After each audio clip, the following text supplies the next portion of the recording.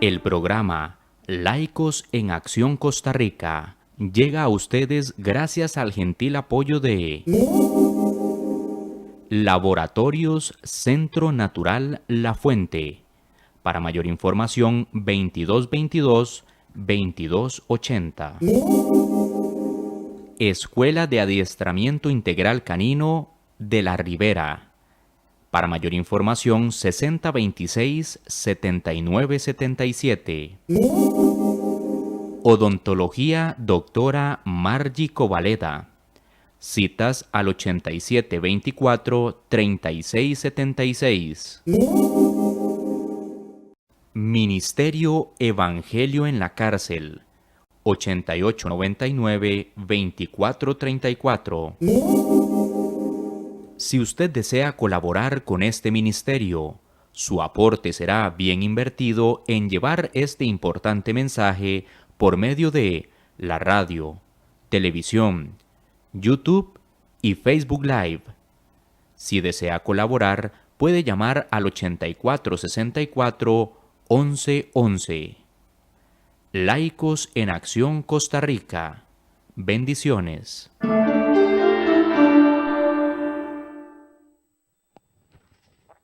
Tengan todos muy buenos días. Aquí otra vez con ustedes. Es un placer para mí poder ingresar a sus hogares y compartir con ustedes esta sabiduría que el Señor nos ha dado, todo el conocimiento, todo el apoyo que Él nos da para que nosotros podamos seguir adelante con nuestros estudios, con nuestra preparación, cambiando nuestro estilo de vida, cambiando nuestra forma de ser para poder estar idóneos a ingresar en las alturas de los cielos cuando Él venga en su segunda venida. Y todos los eventos que van a ocurrir en ese momento debemos estar atentos para que nadie nos engañe. Debemos aprender, aprender y aprender. Pero también al mismo tiempo tenemos que desaprender, desaprender y desaprender. Todo un montón de cosas que nos han enseñado de falsas doctrinas para adquirir nuevos conocimientos ya con propiedad y con sabiduría y entendimiento. Continuando con el mensaje de los 7 ángeles de Apocalipsis 14, hoy vamos a ver el gran río Éufrates y qué es lo que va a pasar como consecuencia de que el gran río Éufrates se seque. Es importante para nosotros saber todo esto para que estemos atentos, para que estemos preparados, para entender mejor el carácter de Dios y para poder estar unidos a Él, porque al final de cuentas todo redunda en que estemos con Él y no nos separemos. Pero antes vamos a tener una oración para que el Señor abra nuestro entendimiento y que podamos recibir este mensaje de la mejor manera posible. Dios Padre Celestial, con tu amor, infinita misericordia, con que nos has escogido y que nos entregaste a tu Hijo unigénito para que Él pudiera dar la batalla por nosotros, para que logre lo que nosotros somos incapaces de lograr. Estamos eternamente agradecidos. Queremos aprender más de ti, de tu carácter, de tu forma de ser, de las patrañas que nos han enseñado. Queremos ya de una vez por todas iluminarlas. Que Babilonia caiga de nuestra mente, caiga de nuestros corazones. Todo el espíritu de confusión que mora en ella pueda ser quitado de una vez y para siempre. Gracias, Padre, porque abres las puertas que tienes que abrir y cierras las puertas que tienes que cerrar, Señor. Gracias por permitir que todos los amigos radioescuchas y televidentes abran las puertas de sus hogares y de sus corazones para escuchar estas buenas nuevas de salvación. Gracias también por permitirme traer todo este mensaje a este lugar. Gracias a Andy y a todas las personas que hacen posible que este mensaje llegue hasta sus hogares. Bendícenos, protégenos y guárdanos, Señor, y no permitas que nos apartemos de ti en ningún momento. Gracias, Padre eterno, una vez más, en el nombre de Cristo Jesús. Amén. Amén. Bueno, hoy vamos a ver el gran río Éufrates y qué es lo que ocurre con este gran río Éufrates. Y vamos a ver la siguiente imagen, que es Apocalipsis 16, del 12 al 16, que dice así: y el sexto ángel derramó su copa en el gran río Éufrates, y el agua de éste se secó, para que estuvieran preparado el camino a los reyes de Oriente. Y vi salir de la boca del dragón y de la boca de la bestia y de la boca del falso profeta 3 espíritus inmundos a manera de ranas, pues son espíritus de demonios que hacen señales y van a los reyes de la tierra en todo el mundo para reunirlos a la gran batalla del Dios Todopoderoso.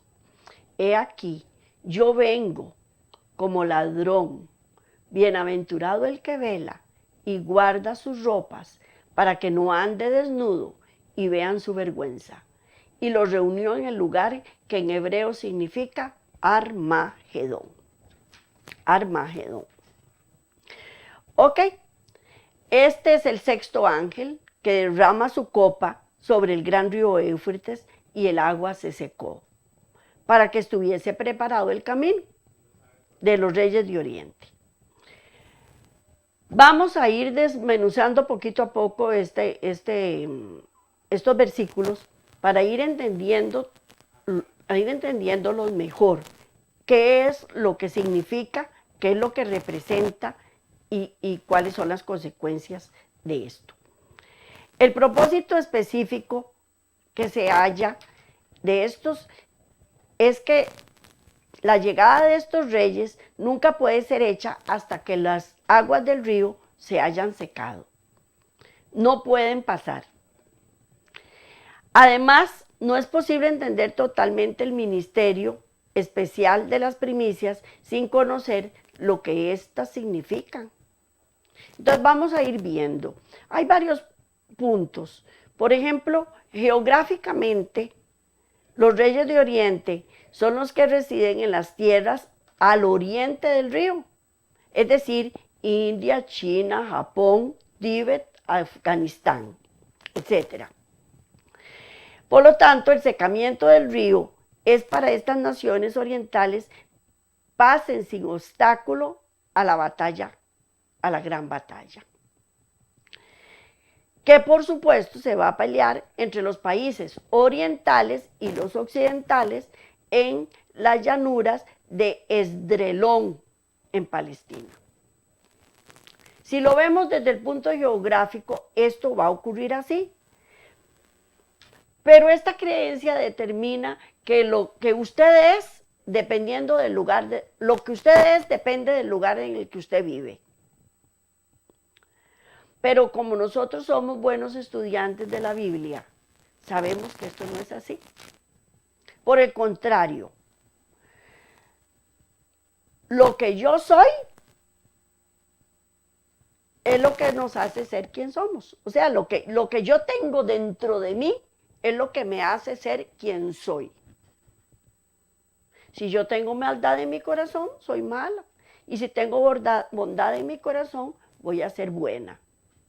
Y voy es que si soy mala, esa maldad me va a salir y todo el mundo la va a percibir. Y si es el contrario, también. ¿Ok? Bueno, prosigamos. No se puede ubicar Babilonia en los mismos territorios que el tiempo de Daniel. No existe. Babilonia ya como país propiamente dicho no existe. Y vamos a la siguiente imagen, que es Isaías 13, del 19 al 22, en donde nos va a explicar que nadie ha morado en esa ciudad, la ciudad de Babilonia propiamente hablando, porque si nos vamos a China, Japón, a Tíbet, Afganistán y todos esos lugares, pues ahí hay gente que vive. ¿Ah? Y donde estaba ubicada Babilonia también, pero Babilonia como Babilonia. ¿Ok? Dice así, y Babilonia, hermosura de reinos y ornamento de la grandeza de los caldeos, será como Sodoma y Gomorra, a las que trastornó Dios. Nunca más será habitada, ni se morará en ella de generación en generación, ni levantará allí tienda el árabe, ni pastores tendrán allí su manada, sino que dormirán allí las fieras del desierto, y sus casas se llenarán de hurones. Allí habitarán avestruces, y allí saltarán las cabras salvajes. En los palacios aullarán hienas, y chacales en sus casas de deleite. Y cercano a llegar está tu tiempo, y sus días no se alargarán. Ahí se puse alegrarán, y es alargarán. Y sus días no se alargarán. Ok. Babilonia geográficamente como país no puede ser usada en la actualidad. Por lo tanto, el Éufrates tampoco tendrá sentido geográfico. En los tiempos de Daniel había 3 Babilonias. Ay, pero ustedes me van a decir, esta señora está loca. Que yo sepa, solo había una. ¿Verdad que sí? Pero primero vamos a ir poquito a poco. La primera es física, es literal. Es la que fue construida por ladrillos y palacios y piedras y madera y cortinas y muebles y todo lo que ahí había físicamente. Todo tipo de materiales. Esa dejó de ser, esa ya no existe. La segunda que existe es la que era el poder civil, el gobierno en sí, un rey y un montón de súbditos a los que reinaba, pero esa también dejó de existir, ya no es. Y finalmente está la tercera, que es la que tenía un sistema de religión, pero esa no ha dejado de ser todavía. Todavía se mantienen todas sus teorías, se mantiene todavía su filosofía, se mantiene todavía su confusión, porque Babilonia significa confusión y esa no ha dejado de existir. Cambió su lugar físico porque ya no está ubicada en donde fue ubicada Babilonia, la histórica, ¿verdad? No ha habido ninguna alteración de su carácter. Sus propósitos y sus procederes siguen siendo los mismos. No se encuentra en ese lugar. Hoy ocupa todo el globo, y está uniendo sus fuerzas con todos los reyes de la tierra para la gran batalla final, durante la cual será conocida como Babilonia la Grande. Y a esa es a la que nos vamos a referir. Es una obra de engaño de Satanás, por medio de la cual hace que los hombres se posesionen a sí mismos como cabezas de otros hombres en lugar de Dios. Y procuran edificar el reino de Dios de la manera humana. Entonces, yo me gobierno a mí mismo, pero es muy lindo, qué rico que es decir, yo hago lo que me da la gana, pero usted tiene que hacer lo que yo digo. Esa es la forma de ser. Es una forma cruel, egoísta, abusiva. Y todavía él quiere mantenerla todavía. Y no es solo eso, sino que está ocupando toda la tierra, toda. Y tenemos que fijarnos en la tercera, no en las 2 primeras. Es un error también asumir que el Éufrates significan los poderes que hay en este río a lo largo de esta ribera. Debe entenderse que lo del río representa eso, lo que ese río representa, para entender lo que soy. ¿Qué era lo que daba ese río a Babilonia? Vamos a la siguiente imagen, Génesis 2, de 10 al 14, que dice, es la primera cita en donde se nombra el río Éufrates. Y salía del Edén un río para regar el huerto, y de allí se repartía en 4 brazos. El nombre de cada uno era, de uno era Pisón. Este es el que rodea toda la tierra de Ávila, donde hay oro, y el oro de aquella tierra es bueno. También hay allí bedelio y ónice. El nombre del segundo río es Gihón. Este es el que rodea la tierra de Cus. Y el nombre del tercer río es Hiddekel. Este es el que va al oriente de Asiria. Y el cuarto río es el Éufrates. Ahí es donde es nombrado por primera vez la palabra Éufrates. El Éufrates fluía por el paraíso terrenal, dando vida. Y así será cuando la tierra sea restaurada en toda su belleza y perfección original. Era un sistema sustentador de vida. Él sustentaba, daba vida al lugar. Era provisto por Dios. Y los hombres nunca debemos buscar otro. Siempre debemos buscar provisión, ¿a dónde? En Dios. Este jardín no se halla en la actualidad en ninguna parte. La santa ciudad, que es la iglesia de Dios, es esta tierra. Y se debe construir sobre el río, sobre este río. No se puede hacer literalmente, sino espiritualmente. Para esto debemos tener plena confianza en Dios. Que Dios como sustentador, como sustento, en Él, no en el sustento, no en los dones que Él nos da. Yo debo tener fe no en los dones que Él me dio, sino en Él. Debemos confiar en el dador de esos dones, en el dador de este sustento. En Él es que tenemos que confiar. Pero, ahí viene el pero siempre, como siempre, ningún sistema se ha resistido a la presión de ser llevado a la apostasía. Todos los sistemas. Usted ve que un sistema surge creyendo en Dios, dejándose guiar por Dios, de un momento a otro apostata y entra en ruina, entra en desolación y cae. Y se monta otro sistema. Y así sucesivamente. ¿Por qué? Porque todos los sistemas no se resisten hacia la apostasía. La autosuficiencia ha sustituido el poder divino. Sentirme yo autosuficiente, yo puedo, yo sé, yo quiero. Eso se llama autosuficiencia. Y cuando yo confío en mis cualidades, estoy apartándome del poder divino.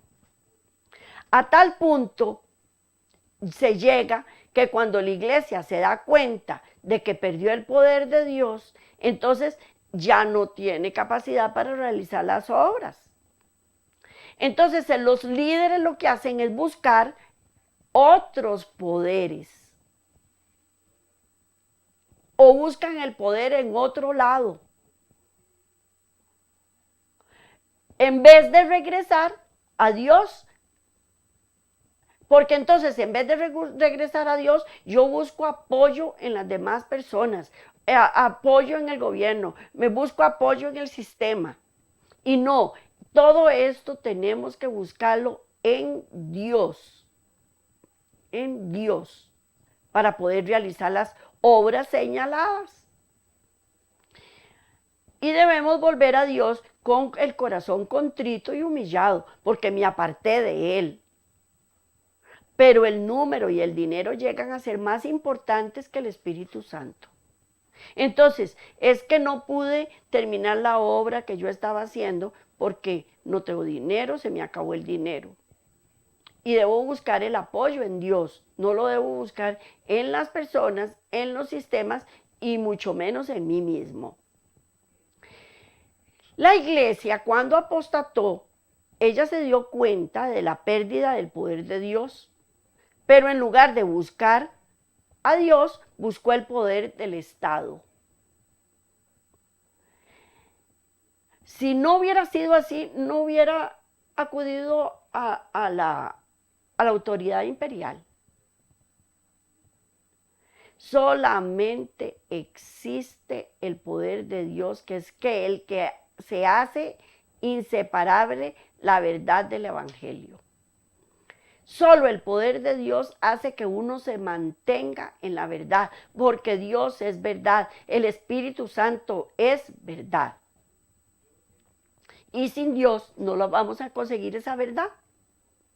El Evangelio es la manifestación del poder de Dios, porque el Evangelio es el poder de Dios para salvación de todo aquel que cree. Es en el Evangelio, es en la palabra, es en la verdad que nosotros nos fortalecemos. Mientras se crea que en el Evangelio no hay necesidad de otro poder, si yo no encuentro poder, el Evangelio no me lo va a dar. No me va a hacer sentirme bien. Entonces en ese momento se pierde el espíritu y el espíritu se va con el poder. Porque Él es el poder. Pero ¿por qué me aparto del Evangelio?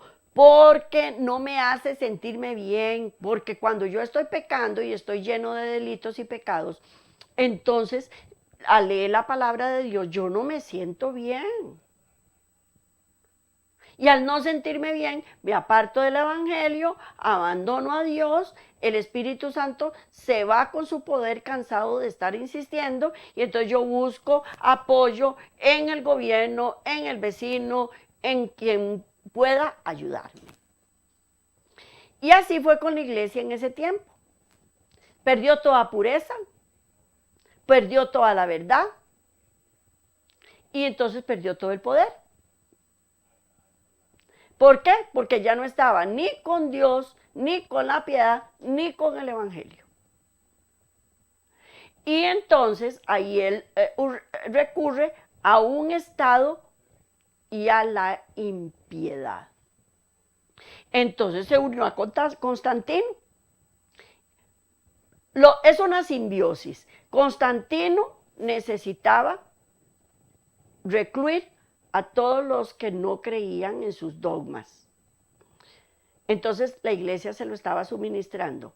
Y la iglesia necesitaba el poder que tenía Constantino para someter a todas estas personas. Y entonces ahí se unieron los dos para imponer disciplina. Se obtienen leyes para imponer disciplina. Y esas leyes y dogmas sobre los que se habían perdido su poder de convencer o persuadir. Ellos se necesitaban mutuamente, lo hicieron y entonces empezaron a imponer la disciplina. Y como nosotros hemos sabido a través de todos los estudios bíblicos que hacemos, así no actúa Dios.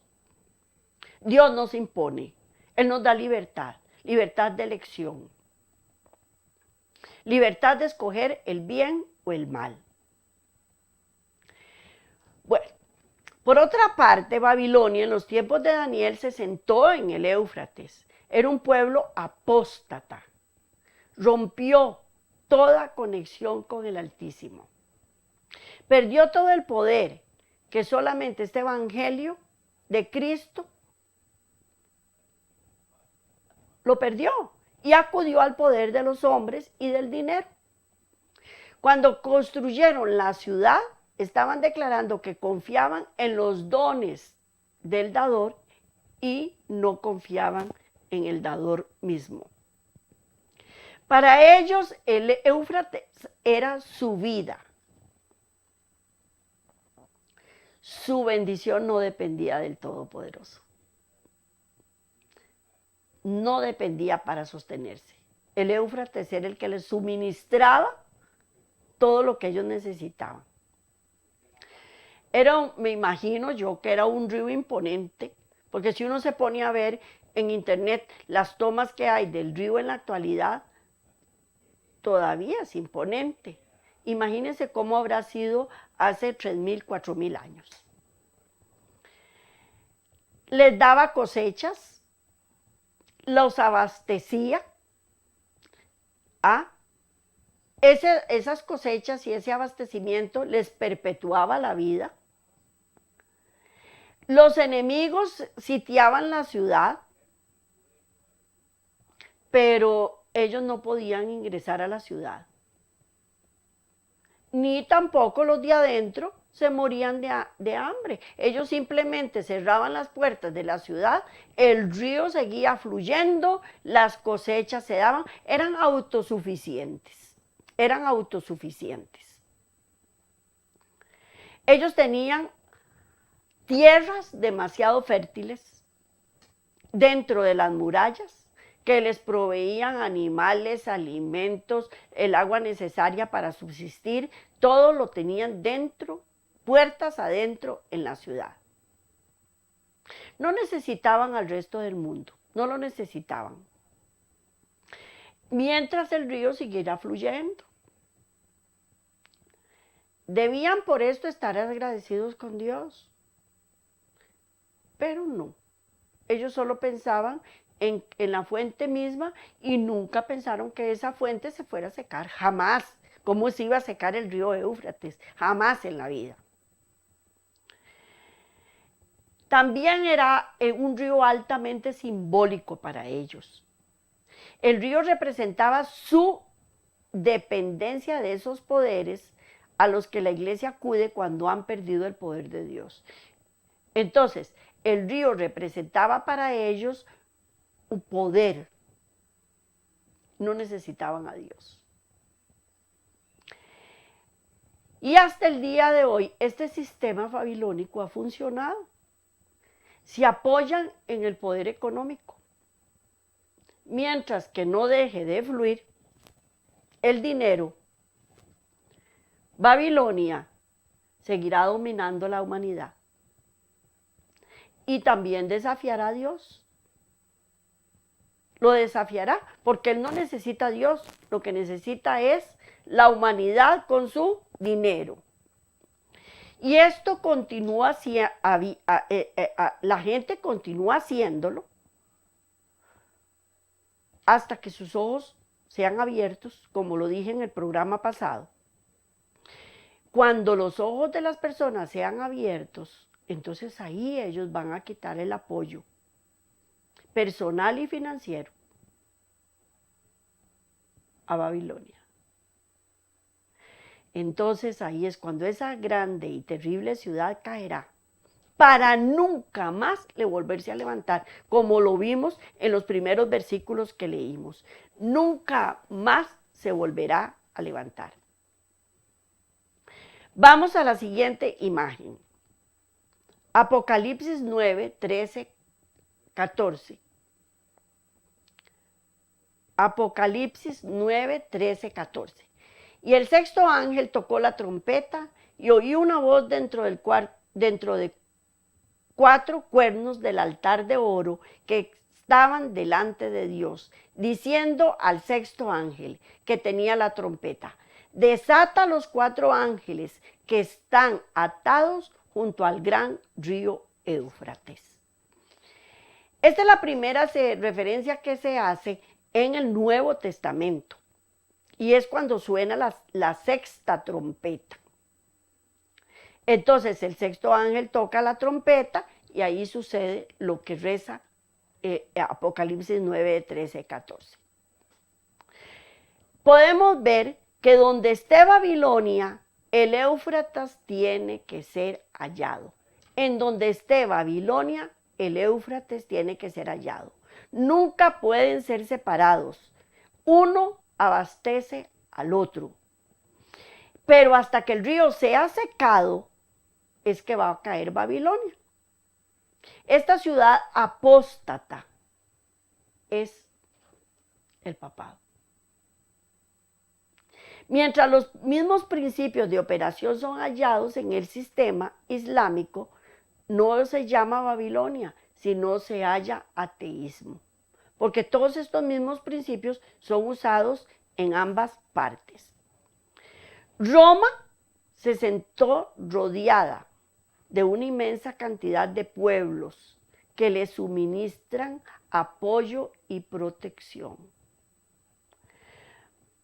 Más allá de las riberas orientales de este poderoso río, los maometanos esperan su oportunidad, o esperaban su oportunidad. Pero no podían avanzar. ¿Por qué? Porque 4 ángeles sostenían los 4 vientos, impidiendo los avances islámicos. Pero el tiempo vino en que Roma fue invadida. Esto indica que hay 2 principios con 2 caídas sucesivas que sufrirá Babilonia. La primera es una caída espiritual y la segunda es consecuencia de la primera. Viene una caída material y física. Pero para ver esto vamos a ver un poquito de historia primero. Durante el tiempo de Nabucodonosor, la nación sufrió una caída espiritual. Era catalogada como la enemiga de Dios y destructora de su pueblo. La caída física fue en tiempos de Belsasar, cuando los medos y los persas destruyeron la ciudad al hallar el acceso a lo largo del curso del río. La caída de Babilonia antigua es una ilustración exacta de la caída de la Babilonia moderna, porque nosotros somos historicistas, nosotros estudiamos la historia, porque lo que fue, es y volverá a ser. Entonces hay que estudiar lo que le pasó a la Babilonia antigua para entender lo que le pasa o lo que le pasará a la Babilonia moderna. Los pasajes que vimos en Apocalipsis describen la última, de la caída de Babilonia moderna, pero también describen exactamente la primera. En ambos casos, el secamiento del poderoso río produce decaimiento de la ciudad, después de la cual nunca se levantará. En la antigüedad, el rey Ciro avanza contra la capital. Los babilonios, al darse cuenta de esto, cierran las puertas de la ciudad contra los medos y los persas. Pero ya ellos, creyéndose muy confiados y muy seguros dentro de las puertas de la ciudad y con la autosuficiencia que tenía, se montaron en una gran fiesta.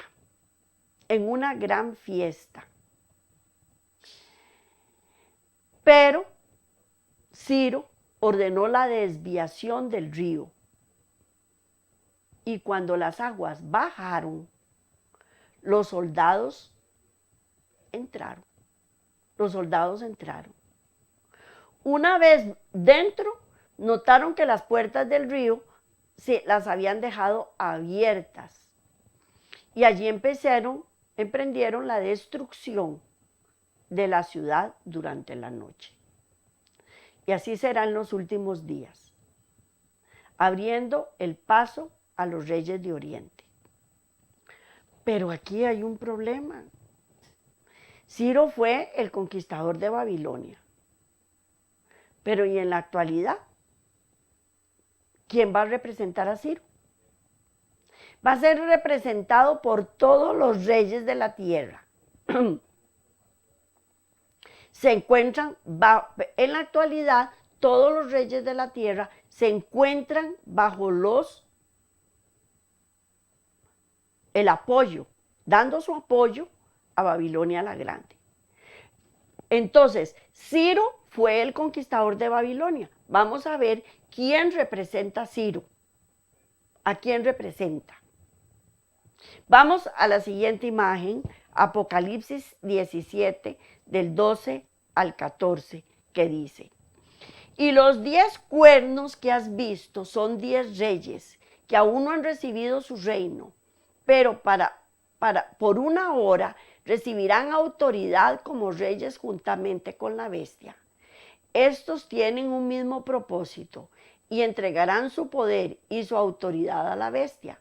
Pelearán contra el Cordero y el Cordero los vencerá, porque Él es el Señor de señores y Rey de reyes, y los que están con Él son llamados y elegidos y fieles. Ok, entonces, dice que el Cordero los vencerá. El Cordero los vencerá. Estos 10 reyes representan una confederación mundial de apostasía. Habrá un vínculo universal de unión, una gran armonía, porque ahí sí se van a poner de acuerdo, una alianza de las fuerzas de Satanás. Todos los poderes corruptos se han apartado de la lealtad a la ley de Jehová.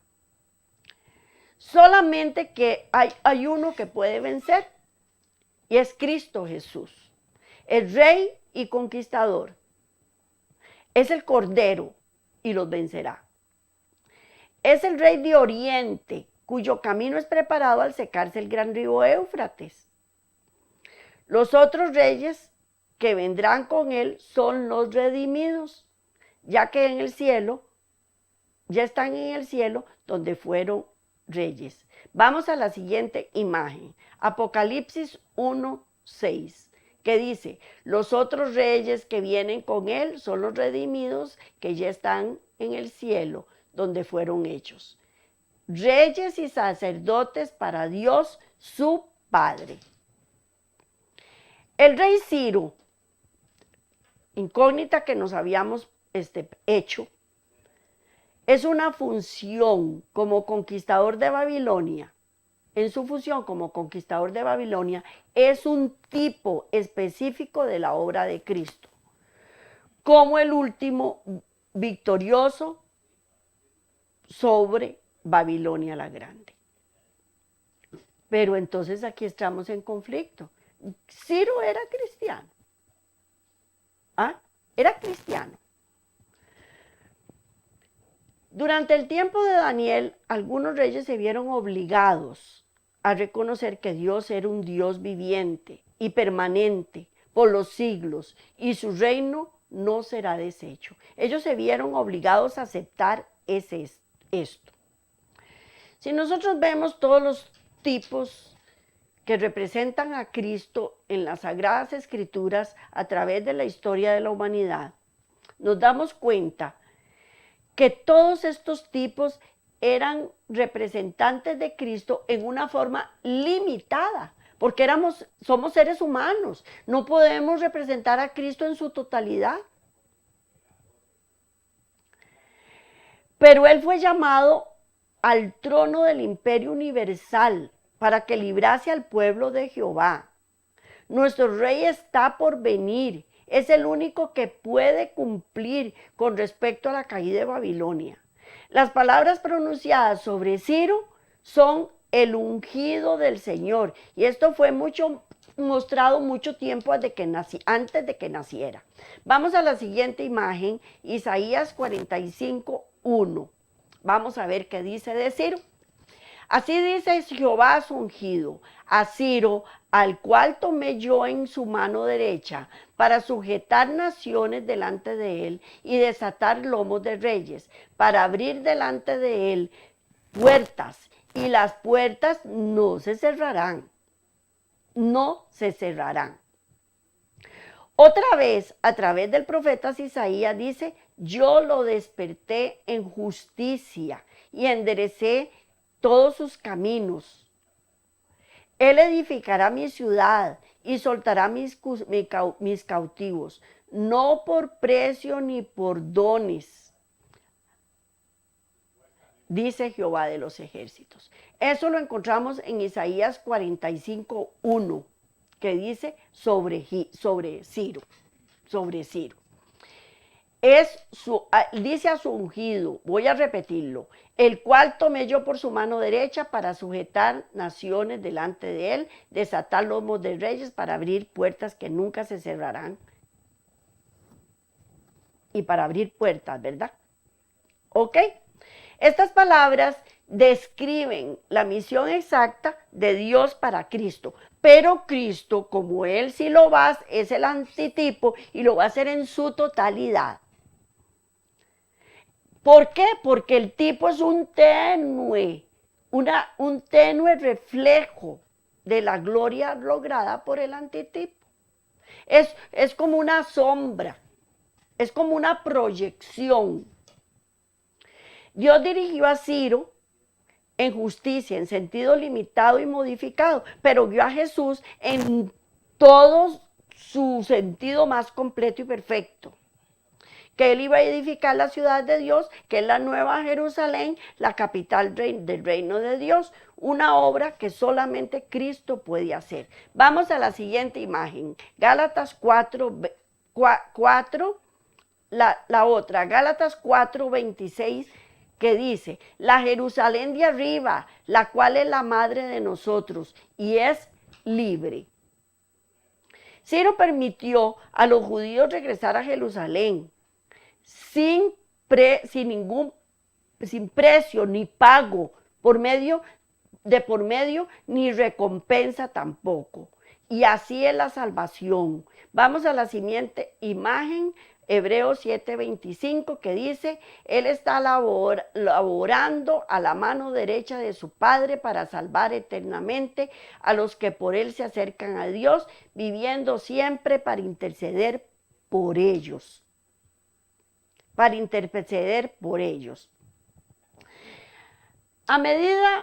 Regresando en el tema, a medida que se acerquen las plagas de tinieblas, Babilonia es vista gobernando las masas y en obediencia a sus órdenes.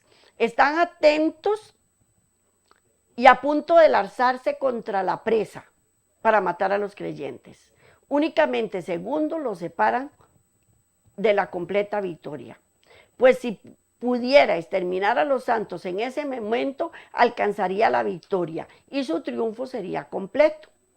La madre de la ramera se siente tan segura como Belsasar esa noche en la fiesta cuando fue invadido por los medos y los persas. Pero en ese momento las impenetrables tinieblas envuelven al impío, perseguido por el resplandor de un arco iris, y que se extiende, como lo vimos en el capítulo anterior, a ambos lados del cielo, para envolver a todos los grupos en oración. Las multitudes encolerizadas se contienen en ese momento, olvidan el objetivo y su ira, y contemplan el símbolo de la alianza y así ser amparadas en su deslumbrante claridad. Vamos a la siguiente imagen, Apocalipsis 17, 16, 17, que dice, y los cuernos que viste en la bestia, estos aborrecerán a la ramera, y la dejarán desolada y desnuda, y devorarán sus carnes, y la quemarán con fuego, porque Dios ha puesto en sus corazones el ejecutar lo que Él quiso, ponerse de acuerdo, y dar su reino a la bestia, hasta que se cumpla la palabra de Dios. Los hombres que una vez fueron engañados se llenan de furor y están perdidos y exclaman y culpan a los falsos profetas, y las armas que iban a matar a los justos ahora las aprovechan y las emplean contra ellos. El río Éufrates se secó, la sexta plaga ha caído, las masas de la tierra han quitado su apoyo y sujeción al papado. Así como ocurrió en el pasado, sucederá en Babilonia moderna. Y aquí es donde se cumple el primer cita bíblica que vimos de Apocalipsis 16, 12, que esté en armonía el mensaje de Apocalipsis, entonces ya ese mensaje va a entrar en armonía con las leyes de las primicias dadas, las condiciones de que termine el gran conflicto. El carácter de Dios con las falsedades que se dieron a conocer sobre él, serán reemplazados por la verdad. No puede haber cosecha y segundo advenimiento hasta que las primicias hayan hecho la obra señalada.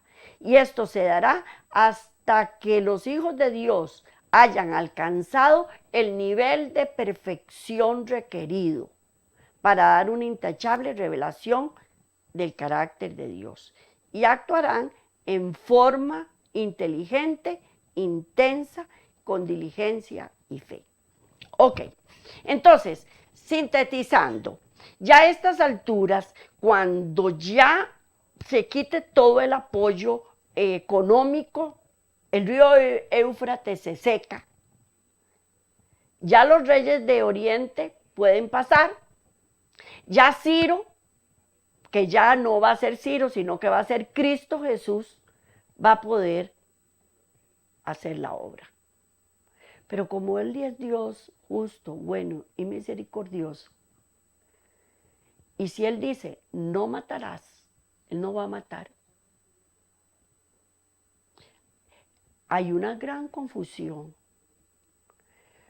Los impíos se vuelven en contra de los reyes de la tierra. Se vuelven en contra de las multitudes, de los pastores que los estaban engañando y hacen su obra. Pero también las primicias están haciendo su obra. Y si Dios dice, no matarás, no van a matar. Ellos van a tener el carácter de Dios en ese momento. No solamente lo van a ver, no solamente sus ojos fueron abiertos, ellos van a sentir y a vivir en ellos mismos el carácter de Dios. Cumpliendo entonces la labor de las primicias. Y ahí es cuando se abren las puertas de los cielos. Se presenta el arco iris y empieza ya a llegar Cristo Jesús a esta tierra. Por eso les digo, estemos preparados. Velad para que nadie nos engañe, nadie os engañe. Estudiemos las escrituras, aprendamos, veamos qué fue lo que pasó, qué es lo que es y qué es lo que va a pasar. Oigamos, porque nuestra fe aumenta por oír la palabra de Dios, por aprender la palabra de Dios, por escudriñar las escrituras. Y como dice Apocalipsis 14, dice, y el primer ángel tenía el evangelio eterno para darlo a conocer a toda nación, tribu, lengua y pueblo. Tenía en él mismo, que nosotros lo tengamos dentro de nosotros mismos, para poderlo predicar, para hacerlo vida en nosotros, para tener un carácter como el de Cristo, para vernos en el espejo y veamos a Cristo Jesús en nosotros, para que todas las personas vean a Cristo Jesús en nosotros, porque es por testimonio más que por palabra como predicamos. Eso es lo que tenemos que hacer, ser cada día mejor, estudiar, aprender, escudriñar, votar falsas doctrinas, votar Babilonia de nuestras vidas, quitar toda confusión que haya sido puesta en nosotros. Aprender y desaprender, o al revés, desaprender primero y aprender después. Eso es lo que tenemos que hacer, porque es la única forma que lo lograremos. No sabemos si nosotros vamos a ser parte de los 144,000. No sabemos si nos vamos a morir antes. Pero el fin está cerca y es mejor estar preparados. No ser parte de la multitud, ser parte del remanente. No ser parte de las ideas nocivas acerca del carácter de Dios. Él es justo, fiel, misericordioso, es bueno y para siempre su misericordia. Pero no juguemos con la palabra de Dios, porque si bien es cierto, Él es 100% misericordia, pero también es 100% justicia. Y Él protege a los que le creen, Él protege a los que lo siguen, Él protege a su pueblo. Y si bien pero es cierto que va a haber grandes tribulaciones, como lo vimos en el capítulo pasado, a nosotros no nos va a tocar, porque Él, con su infinita misericordia, nos va a proteger, nos va a guiar, nos va a ayudar. Aunque estemos rodeados de tinieblas y sintamos la desesperación de que sintió Jacob y la angustia que él sintió, no dudemos que Él está con nosotros. Aunque todo lo que veamos a nuestro alrededor sea feo, sucio, devastador, aunque nos humillen, aunque se burlen de nosotros, aunque nos digan nunca va a venir. Igual lo decía mi abuelita y mi bisabuela y mi tatarabuela. Siempre decían, Dios tiene por tardanza, Él se olvidó de nosotros. No es cierto. Él está con nosotros. Y en este momento que tenemos el tiempo de gracia, es que debemos aprovecharlo. Y en este momento que estamos vivos, es que tenemos que aprovecharlo. Sin temor, sin desesperarnos, con paso firme. Este es el mensaje que les traía para hoy. Ha sido un placer para mí mostrárselos, dárselos.